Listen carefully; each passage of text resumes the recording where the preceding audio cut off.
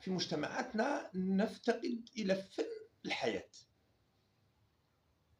بدل أن ننفق طاقتنا في الأشياء الأولوية المهمة، نفت... ننفقها في أشياء هامشية، في صراعاتنا مع بعضنا كأفراد، في صراعاتنا مع أشياء ليس لها قيمة، ونستطيع أن بذكائنا وبفننا في العيش أن نتجاوزها ونعتبرها كأنها لم تحدث، إلا أننا نصر على الصراع معها. وتلك الصراعات الهامشية ليس بلا ثمن، بل هي بثمن.